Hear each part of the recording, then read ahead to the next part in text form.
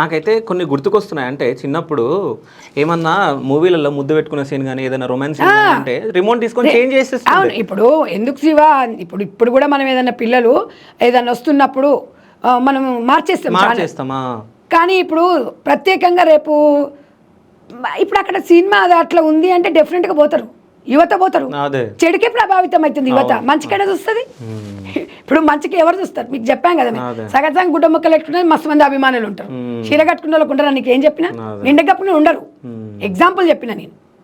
అంటే సమాజములు చెడిపోతుందంటే దాన్ని ఇంకా దాని మీద ఇంకా నెయ్యి పోసి ఇంకా మంట మండిస్తాం అన్నట్టుగా చేస్తున్నారు వీళ్ళు.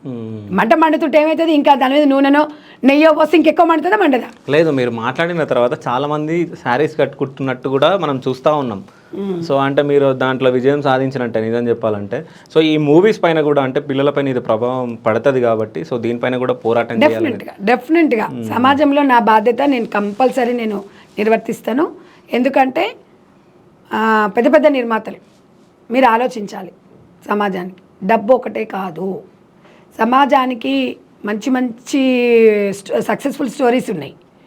ఇక్కడ మీకు అర్థమైంది ఏముంది చెప్పండి. ఇప్పుడు సినిమా చాలా బాగుంటుందండి, మీరు తర్వాత చూడండి అంటే నువ్వు చెడంతా నీ మైండ్లో మిండుకున్న తర్వాత నువ్వు ఎంత మంచి చేసినా వేస్ట్.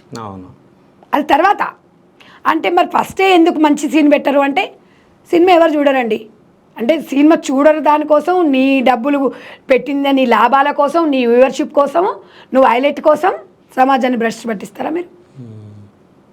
కొంతమంది హీరోయిన్స్ కూడా నిన్నవన్నా చూస్తున్నాం. ఇక నేను మాట్లాడలేకపోతున్నా. ఘోరంగా శివ ఇండస్ట్రీలో ఇప్పుడు తల్లిదండ్రులు ఎంత పెద్ద పాత్ర వహించాలి, ఇండస్ట్రీలో నిర్మాతలు ప్రొడ్యూసర్స్ అంత పెద్దన్న పాత్ర వహించాలి. వారి మీదే ఉంది సగం ప్రపంచము.